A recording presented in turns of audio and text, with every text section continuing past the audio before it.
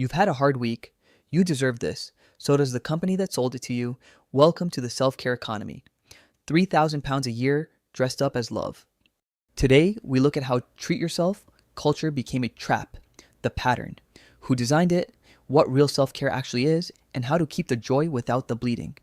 First, the pattern. The small purchases that don't feel like purchases. The I deserve this that adds up to a holiday you can't take. Tuesday, a coffee with oat milk. Wednesday, a candle. Thursday, same-day delivery on something you'd forgotten you ordered. Friday, drinks. Saturday, DoorDash. Sunday, a tiny impulse buy. None of them feel like spending. All of them are spending. The average UK adult spends over 3,000 pounds a year on self-care and treats, not on rent, not on bills, just on small daily things meant to make a hard life slightly softer.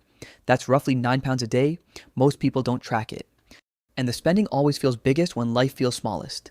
Bad day at work, Uber Eats. Bad breakup, new wardrobe. Bad week, spa day. Bad month, that holiday you put on a credit card.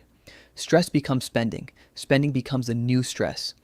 Meanwhile, the things that would actually change your life, savings, investing, paying off debt, get postponed indefinitely because they don't feel like rewards. They feel like punishment, even when they're not.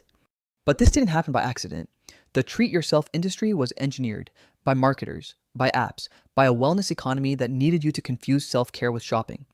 The phrase treat yourself became a meme around 2015. Within 5 years, it was a multi-billion-dollar marketing category. Every brand from beauty to candles to streaming services started selling you permission to buy.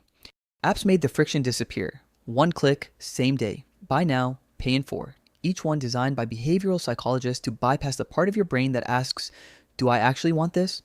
Social feeds reinforce it constantly. Everyone treating themselves, everyone earning their reward. The algorithm shows you what looks like normal, but normal is now a marketing inflation. The bar for a small treat keeps climbing. And the trap is, it's not all wrong. Some treats are genuinely worth it. Some self-care does work. The problem is that the industry deliberately blurs the line between the few things that work and the many that just empty your account. So, what's real self-care when you strip out the marketing? It turns out mostly things that don't cost money, or cost much less than the industry needs you to think. Sleep, movement, sunlight, time with people you actually like, therapy if you can access it, a walk without your phone, cooking something you enjoy. These don't trend, they don't get sponsored posts, they just work. The reframe is small, but it changes everything. Stop asking, do I deserve this? Start asking, what would my future self thank me for tonight? The first question is a marketing prompt. The second is actual self-care. And keep some real treats, not all of them. The handful that genuinely give you joy beyond the moment. Most people who track this find the answer is shockingly small, 2 or 3 things. The rest was noise. Which brings us to a 4-step list. Doable this week, not painful. The point isn't to stop enjoying things, it's to stop being farmed. 1. The 48-hour rule.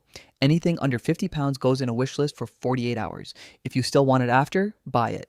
Most things you'll have forgotten by Sunday. 2. Audit 1 month. List every treat purchase. Tag each one. Was this joy or was this just a tired brain reaching for dopamine? Most people are shocked by the ratio. 3. Replace your 3 worst spirals with free alternatives. Doom scroll shopping becomes a walk. Hangover takeaway becomes meal prep. Sad day shopping becomes calling a friend. The dopamine works for cheaper. 4.